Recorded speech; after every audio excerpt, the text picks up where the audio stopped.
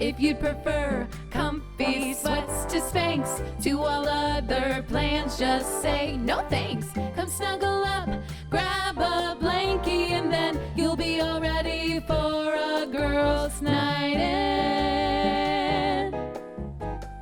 Girls' night in. Hi, Mom. Hey, Sunflower. How are you? Oh my goodness, I'm wonderful on this rainy Sunday evening. You know, it's been a weekend. It's been a week. Girl, it's been a week when we don't get to see each other. I know.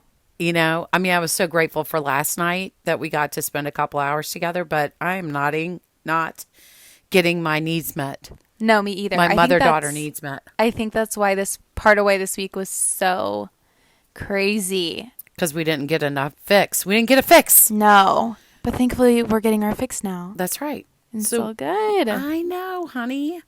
How are you? I'm good. Lots of things going on. Some potential changes. You're a little busy bee these days. Yeah, really busy. But, you know, we're making it work. To all our listeners, we miss you. Oh, my goodness. You guys, we're on a hiatus completely. Yeah. Job related. Believe me, we'd rather be with you. Yeah, for sure.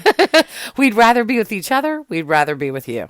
Yeah. And so what brings us together tonight is I'm actually in grad school. I'm taking a class called The Art of Podcasting. Hello. Very fancy. Do they know that you're an expert already, darling? Would we call me an expert? Hey, listen, I mean, sure, we're only 6 episodes in, but I think that's more than the average person, right?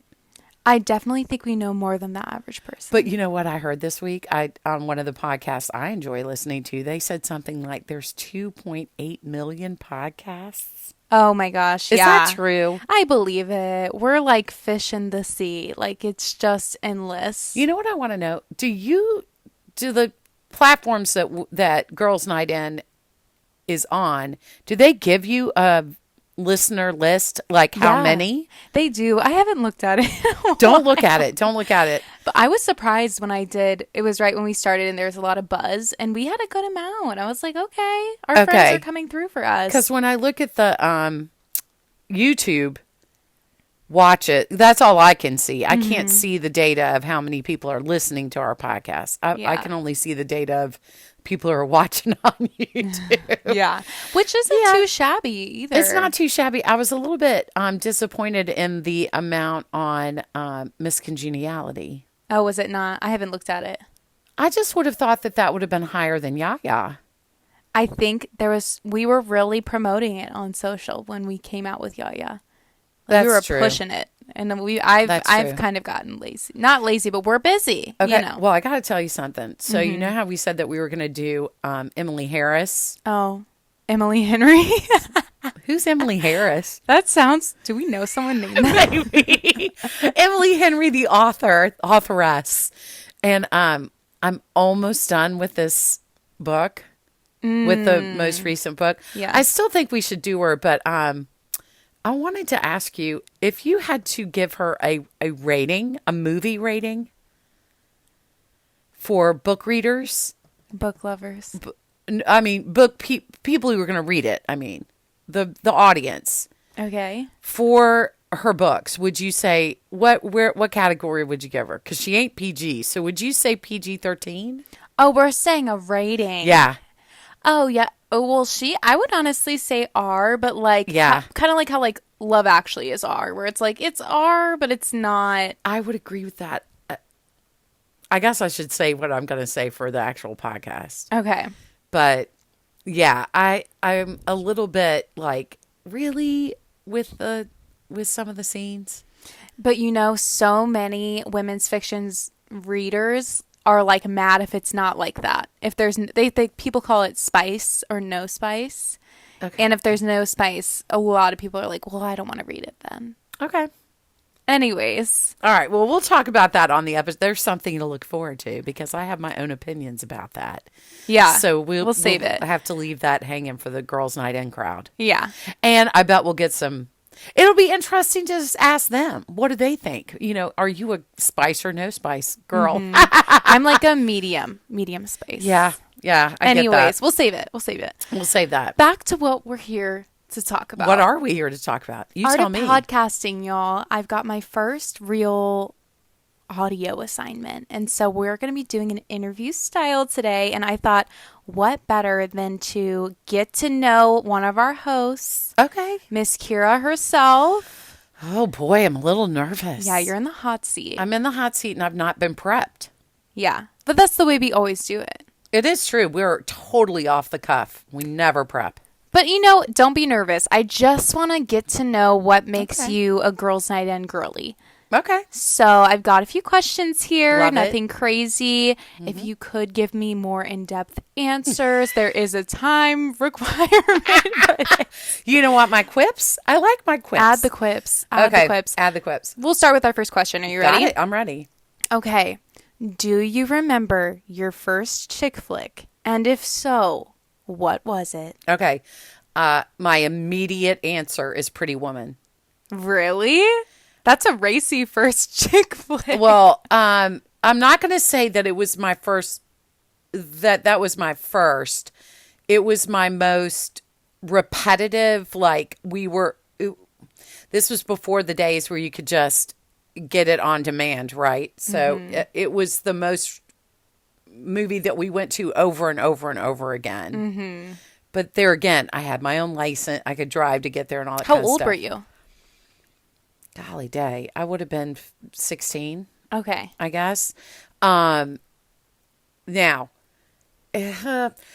Ice Castles was the one that I watched when I was a young preteen on repeat on HBO on cable, when cable was actual cable. So back then you only had, you had Showtime, you had Cinemax, which we did not have in our home. Wasn't that the more sexy one? Yeah, people called it Skinemax. Okay. It was very racy. Showtime was a little bit, but HBO was the kind of family friendlier version, right? Okay. So this is still back in the day when you only had maybe 7 channels and you could get HBO or whatever.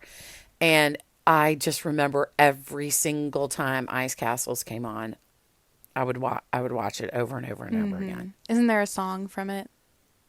Yes. Can you sing? I'm not gonna sing it. It's like, oh golly day. It's like, please don't let this feeling in. Oh, It's all yeah. yeah. I all know ever that. want to be. Anyway, I thought Robbie Benson, who later played the Beast for Beauty and the Beast, Oh. in the first animated I didn't version, know that. was the love interest. And I remember being shocked and a little repelled when they showed him in the movie in his BVD briefs. What is a BVD brief? It's like white underwear briefs, Oh. not boxers, briefs. Oh, I hate Yeah, it was pretty briefs. gross. I could not. But anyway, I guess you would consider that a chick flick. Yeah, for Definitely. sure. And yes, I was very much, I loved it, loved it, loved it. Good answer. Okay, well, this question kind of ties in, and you've kind of semi-answered it already, but what were your staple chick flicks or rom-coms, anything in our genre growing up, and even into college or... Oh my gosh. St. Elmo's Fire, as you well know, was my best friends in high school, Lisa, Beth, and Julie. We would come over to my house every Friday afternoon, and we would watch St. Elmo's Fire, and we would eat leftover Chinese food, except for not Granddad's, because we weren't allowed to eat his leftover Chinese food. But literally could quote that movie line for line. And I don't know if that really fell into the category of those ensemble cast. So it wasn't like a real love story. Yeah, no, more like a Breakfast Club. Exactly. Yeah. But like 16 Candles would sort of fit into a rom-com genre, but it was still ensemble cast. Yeah. Gosh, that's a great question. I mean, we definitely were like, I will say it was an interesting time period when I was a teenager during that time, because it really wasn't. We were on the brink of the Nancy Meyers When Harry Met Sally came out my freshman year of college. And that's, what's her name? Nora Ephron. Nora Ephron. So in my generation, it really wasn't a romantic comedy. It was like Lost Boys, where there was, this intense backstory going on, and in the middle of it, there was a couple. Yeah. If that makes sense. A little side plot. Yeah. Yeah. I mean, I don't remember there being the real generational, like we think of now with Sleepless in Seattle and those kind of movies I don't remember those being a thing. Yeah. That's kind of an interesting question for the podcast, is when did this become an obsession? Right. And I feel like you also kind of had to piece together your own like women's media. You mentioned like your dad very much kind of ran the household, and we watched only what he wanted to watch when he was home. But I think about even like Bond girls, like kind of piecing together your own icons to look up to, or like Wonder Woman, like fitting within his what he would allow. Finding those glimmers of... Okay, so that's another very incredibly interesting topic for the podcast, too, is so who were the icons I looked up to when I was growing up? And I grew up on the cusp of women's lib, where women were just going back into the workforce. Right. So the icons I looked up to were the Bionic Woman, Wonder Woman, the Bond girls, because they were, most of them were strong women. I couldn't stand the whiny, oh, James, shut up and pick up the gun and shoot him yourself. Yeah. Women started to take on more leading roles in television, moonlighting, where they were the boss. Right. Working girl. And so maybe from that standpoint, maybe that's why the rom-com was kind of shut out for a while there. Because let's take, in the 50s, you would watch things like with Doris Day and things like that, where that was a romantic comedy, right? The Pajama Game and all those kind of movies. It's almost like they took a hiatus so that they could put the woman in more of the commanding role. Right. That's a great observation. I don't know if it's true or not, but that's what I think. Very cool. I love that. And then to take a little bit of a turn in our conversation, not so much on the movies, but if you have one, what is your favorite women's fiction book and why? Women's fiction, a romance, something within our genre. I know that's a hard one. It really is a hard one. Because I consider myself to be a fairly avid reader. I mean, I had to take some years off when, like, if I was in school, which I did a lot, I was reading textbooks and nonfiction. I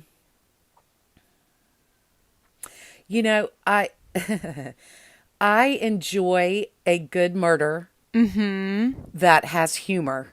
Yeah. In it. And so from a standpoint of if I'm sitting on a beach and I'm looking for escapism, like you and I talk about a lot on the podcast, where I don't want to be reminded of real life, and I don't want to be dragged down in what can already be a dark world sometimes.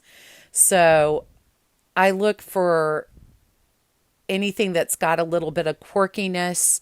I very much enjoy, there's a series of murder mysteries about two sisters who reminded me, when I read it the first time, still do, of your grandmother and Graham, your great aunt. So my mom and my aunt. And it's got a lot of that quick humor. I went through a phase, and I still would very much enjoy it, where the Mitford series, and that was written by a female author who right now I cannot. Jan Karen. Thank you, Jan Karen. She actually lives in Charlottesville. I did not know that. She does. She has like a farm in Charlottesville. Wow. I love a series because I hate to say goodbye to beautiful, wonderful characters that you invest so much time in. It's sad. It's sad. And actually, I just, in the Emily Henry book that I'm reading right now, she just said this really poignant line where it's like, I just don't. I almost don't finish the book if I know that there's not a continuation because I can't stand to say goodbye. She said it way better than I just did. But so, I mean, silliness. I love Harry Potter. Twilight. I could read that over and over again. Twilight, I very much enjoyed reading once. Yeah, I don't know that I would reread it, but I would reread Harry Potter. I would reread the Mitford series, or have. I would love to say that I'm a classical, but to be honest with you, as much as you know this, as much as I adore Jane Austen movies, I'll watch them over and over and over. Sense and Sensibility is my favorite movie of all time. Can't read the book. And I consider myself a fairly educated person. They're hard.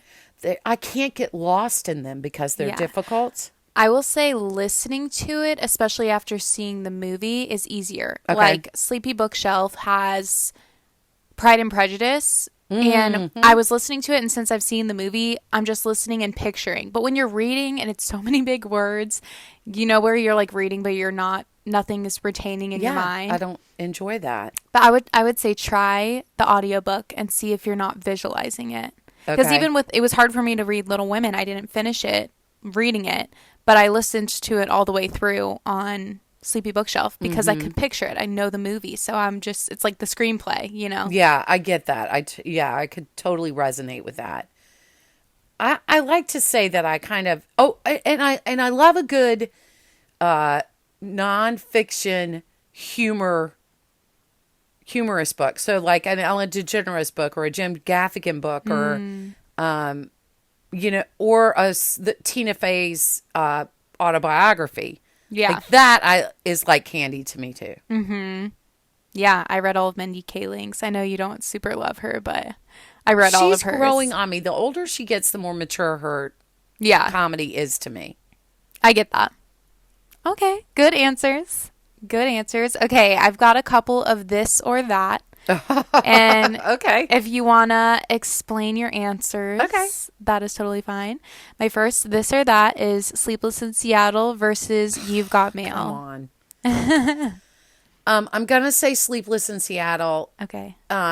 Which is really hard for me because both of them are aesthetically pleasing to me. I love the houseboat. Yeah. But I'm 100% into her apartment and the bookstore and You've Got Mail. Yeah.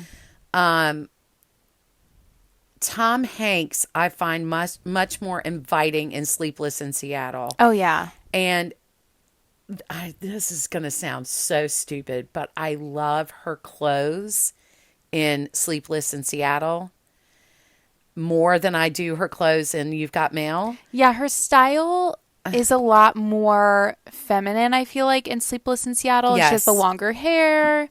And the cozy jammies. Yeah. You know what?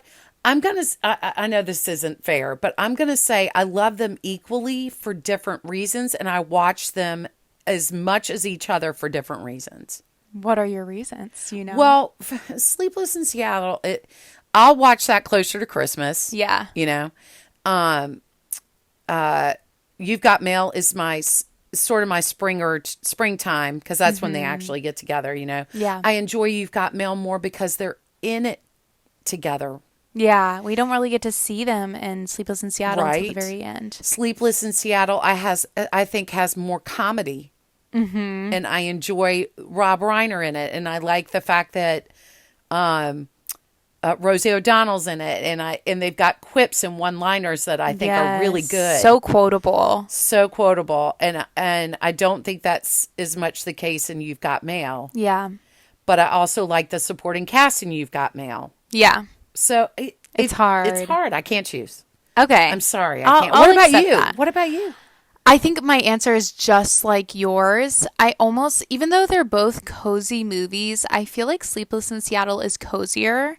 Maybe it's the Christmas thing. The raininess? And also just their personalities. Like, I feel like in You've Got Mail, it's almost like geared towards like academics a little bit. Like it's, you know, everyone's super smart. Everyone's super accomplished. They're both dating super accomplished people. There's a wealthy background. Yeah. It's like that academia vibe. You know, she's well read. And he's her boyfriend is a writer. Right. And the girlfriend is a publicist, yes, or editor. Yeah, Yeah. something like that. But Sleepless in Seattle is like when you cozy up at home and you don't have to, show up and be somebody. You know what I mean? Okay, I not can see that. about- It's not like getting dressed up and going out. Right. It's not about who you are, what you've done. It's about, at our core, what we want out of life, and that's love and connection and home. I love it. That was so well said. Thank you. Oh, girl. Now I want to watch Sleepless And in maybe Seattle. it's the kids too, you know. Oh my gosh, and Jonah, Jonah, so cute. and yes, Oh my gosh, we love him. Okay, next one: Legally Blonde versus Miss Congeniality. You're killing me, man. Oh my gosh, Legally Blonde. Really? Why?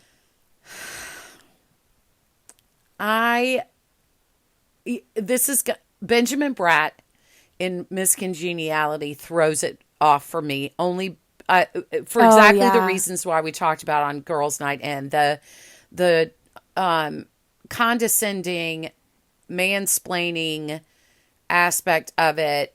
I just want to punch him in the face. Yeah, he really irked me. I don't know if it's because I'm older now or what, but watching it this last time, I just wanted him to not be in the script. And I feel, this is going to sound so counterintuitive, but I really feel more empowered by Elle Woods.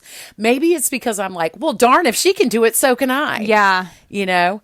And I just find everything that Reese Witherspoon does endearing. Mm-hmm. Now, don't get me wrong, I love me some Sandy B. Yeah. And I'll watch anything she's in. Same. Several times over. Mm-hmm. This is going to be unpopular. I like the glittery pinkness of Legally Blonde. Me too. The girliness of it, the silliness of it. Who's our queen? That's her. Jennifer Coolidge. I want to be her when I grow up. You are. I just think that she is trashy in just the right way. Yes. I gotta say, the more I realize that it takes a lot of smart to act that stupid. Yeah. And it's usually the most well-read people are the ones who are best at comedy. Mm-hmm. And I think that it's got more effective comedic timing. Mm-hmm. I'm going to ask you a follow-up question. Okay. Legally Blonde or Clueless? Still Legally Blonde. Okay. And I love Clueless, but there is just a heart in Legally Blonde that Clueless doesn't necessarily have. You're so right. You're right, but I can't pinpoint it. What is it? It's, first of all, the score. Like that, the music just makes your heart swell and you're just cheering for her. Yeah. But also it's like, she's so pure of heart. Cher and Clueless, like she is just fully superficial. She has a change of heart at the end, which is the whole point. But from the start, Elle is good. She's a good person and she wants other people to be happy. And maybe that's the difference between Miss Congeniality and that for me is that, I mean, it's not like Sandra Bullock's a bad person, but she's jaded in the beginning. You are so endeared to Elle. Yeah. From the moment it starts, that you're rooting for her from the get-go because she is so pure of heart. Maybe that's what it is. Yeah. We're rooting for the good guys always. I've been listening to the Legally Blonde the musical. If you want to get pumped up and like feel good about yourself and feel confident and excited, just listen to Legally Blonde the musical. Well, you know why it should pump you up? Why? I'm not going to say it because you'll get mad at me. Tell me. I'm sorry. I watched that whole series on Making It to Broadway or whatever it was called, and it was all about Legally Blonde. And you could have played that role. Your voice is better than everyone who was on that. I was like, are you kidding? Like, how do they get these? No, not that they're not talented. Please forgive me. That's not what I'm saying. Your voice is better than theirs. I was like, why? I don't get it. I've heard that because that was the reality show of casting the Elle for Legally Blonde. I've heard it was very much like just for TV. Like whoever got it like played it on one night or something. It wasn't like the full thing. I'm sorry, but then they auditioned the wrong people. I was very like, you've got to be kidding me. That should be my daughter up there. Anyway. Next time they do it, I'll sign up. You're such a liar. Don't lie to me. Well, there's not going to be a next time. I don't think the show's running anymore. Oh, nice CYA right there. Yeah, yeah. Nice. Okay, the last one I have, and I'm going to change the way I phrased it, boy. because just now when you said Sense and Sensibility is your favorite, You I can was change. like, because originally I put Pride and Prejudice versus Emma, but I want to change that and say Sense and Sensibility versus Emma. Man, what did you do? Just sit around and think, how can I torture my mom tonight? You? Yeah.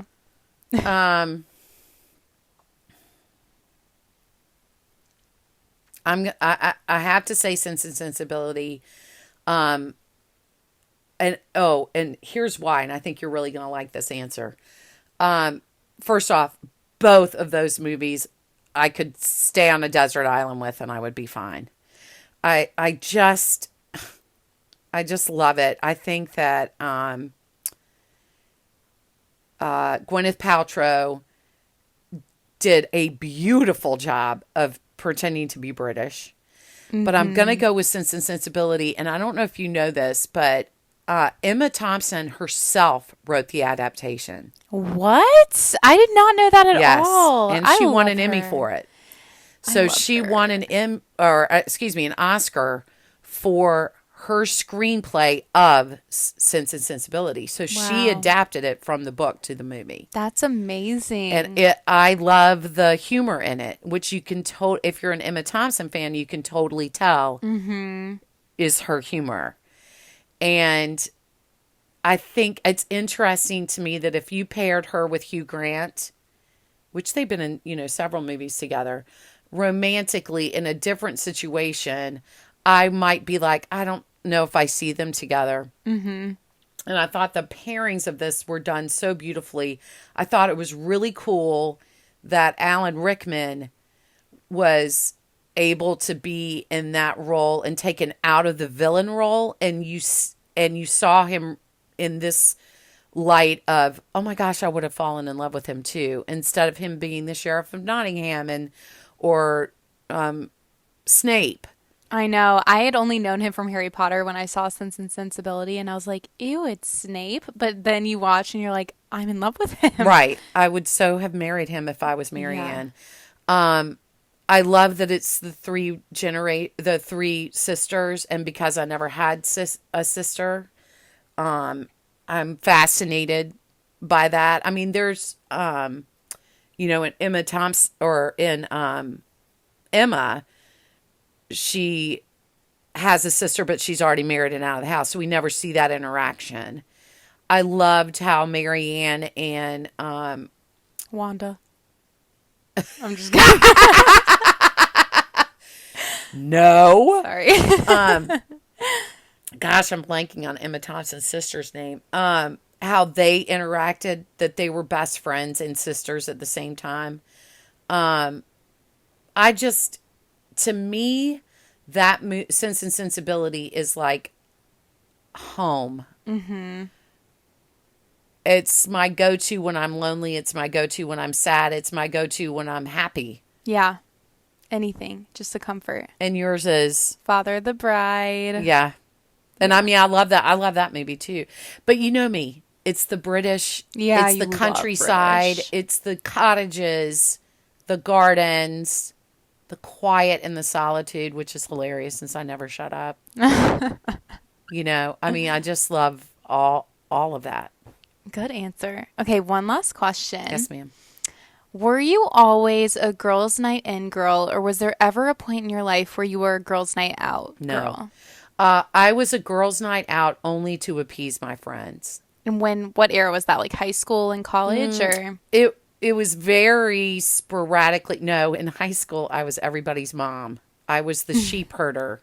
If I went out when I went out with my friends, it was always under the guise of being their protector to make sure they made it home safe and sound. Yeah. In college, I was more of a partier. But again, only it was never this Thursday through Sunday. And then I just went to it was only to appease whoever was going out and was like, please come with us. Yeah. I wasn't like, woo, let's go party. Yeah, no. No. Me neither. I love to be home, and I love to be with the people I love.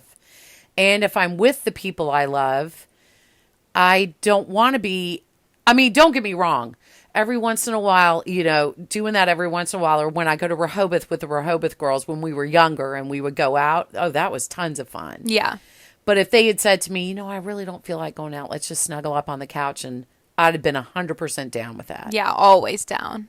Always down with that. And it's not just, because where's your real conversation happening? Is it happening out on the dance floor? Right. It's I so mean, much there's better. memories to be made. Yeah. But I love the nights where it's like we're all sitting on the floor with a glass of wine and telling stories, like when your friend Julie was in town. Yeah. And Lisa and Aunt Beth. Just, I love Reminiscing. that. Yeah. Yeah. And you get to learn, me being your daughter and Jameson, we get to learn the life lessons and hear all the old stories. Well, I wonder how much of that is, that plaque or whatever, that meme that says, no great stories ever started with, and we had tossed salad.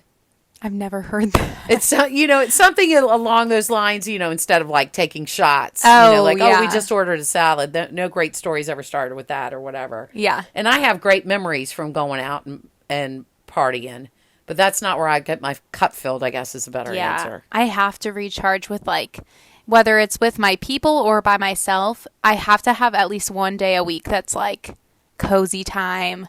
I don't have to get dressed up. I can just sit and chill.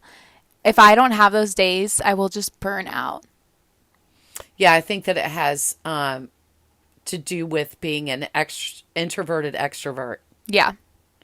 Which is counterintuitive. Everyone automatically assumes I'm an extrovert because I enjoy people and I want to get to know people, but I'd rather do it in a quiet, intimate setting, which I guess is introvert. Yeah. Good point. Yes, darling. Well, thank you so much. Lena, Eileen, anytime I get to spend with you, I consider a bonus. Me too. So whenever you want. I needed this tonight. I needed a moment of calm. Yeah. And conversation. Yes. So thank you. Because we can't just rush and not stop to toss the salad. Toss the salad? All right. That is the phrase of the night. Smell the roses. Toss the salad.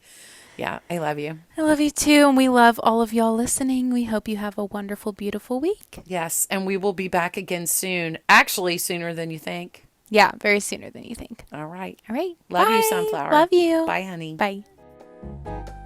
Girls Night.